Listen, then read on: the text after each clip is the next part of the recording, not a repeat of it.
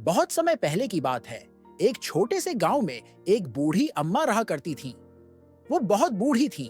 उनके बाल चांदी जैसे सफेद थे और चेहरा झुर्रियों से भरा, पर बहुत कोमल। लेकिन उनकी आंखें वो हमेशा चमकती रहती थीं, ममता और दया से भरी हुई। गांव का हर व्यक्ति उन्हें बहुत प्यार करता था, क्योंकि वो हर वक्त खुश रहती थीं, चाहे जिंदगी कितनी भी कठिन क्यों ना हो। वो गांव के किनारे एक बड़े बरगद के पेड़ के पास एक छोटे से घर में अकेले रहती थीं। न बच्चे थे और उनके पति की मृत्यु कई साल पहले हो चुकी थी।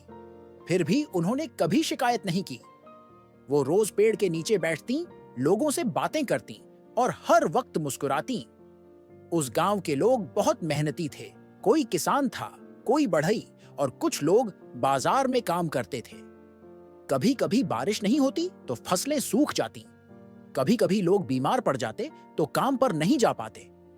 जिंदगी आसान नहीं थी और अक्सर लोग उदास या परेशान रहते। एक दिन एक युवती राधा उनके पास आई। राधा की आंखों में आंसू थे और चेहरा चिंता से भरा हुआ। वो बोली, मुझे समझ नहीं आ रहा मैं क्या करूं।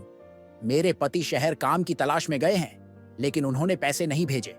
बच्चे भूखे हैं और मुझे डर लग रहा है। बूढ़ी अम्मा ने राधा की ओर देखा और धीरे से मुस्कुराई। बैठ जाओ बेटी, उन्होंने कहा। बताओ, तुम्हें क्या लगता है क्या होगा? राधा ने आंसू पोंछे और बोली, मुझे नहीं पता। मुझे लगता है कुछ बुरा होने वाला है।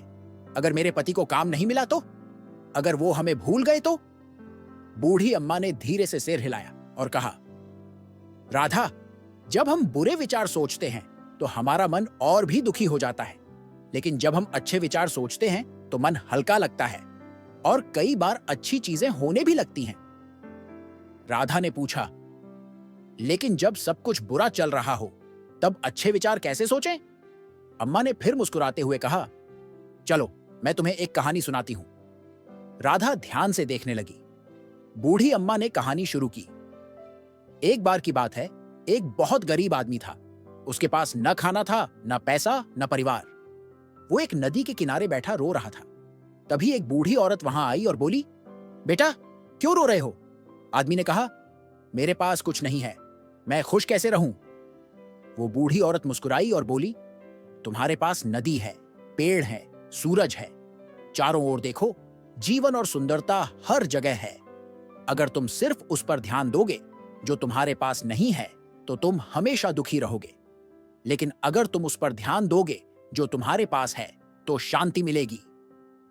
आदमी ने उनकी बात सुनी। धीरे धीरे उसने रोना बंद किया। उसने अपने आसपास की अच्छी चीजों को देखना शुरू किया और उसी दिन से उसकी जिंदगी बदलने लगी।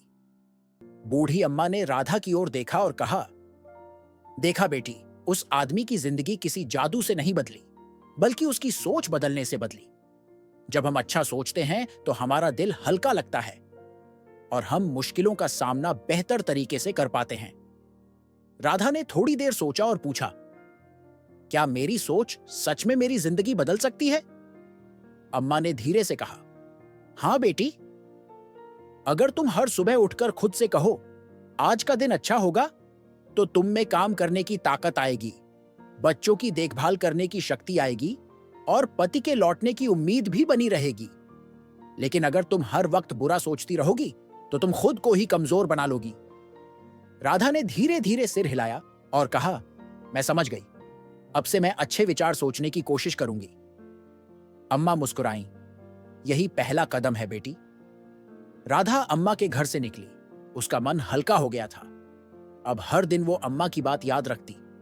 सुबह उठते ही कहती, आज का दिन अच्छा होगा। वो मेहनत करती, बच्चों का ध्यान रखती और अपने पति के लौटने की प्रार्थना करती। कुछ हफ्तों बाद राधा को शहर से अपने पति का पत्र मिला।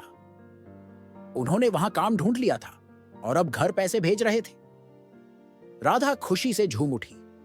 वो दौड़ती हुई बूढ़ी अम्मा के पास गई और उन्हें खबर सुनाई। अम्मा मुस्कुराईं और बोलीं, देखा बेटी, जब हम सकारात्मक सोचते हैं तो अच्छे परिणाम हमारी ओर खींच कर आते हैं।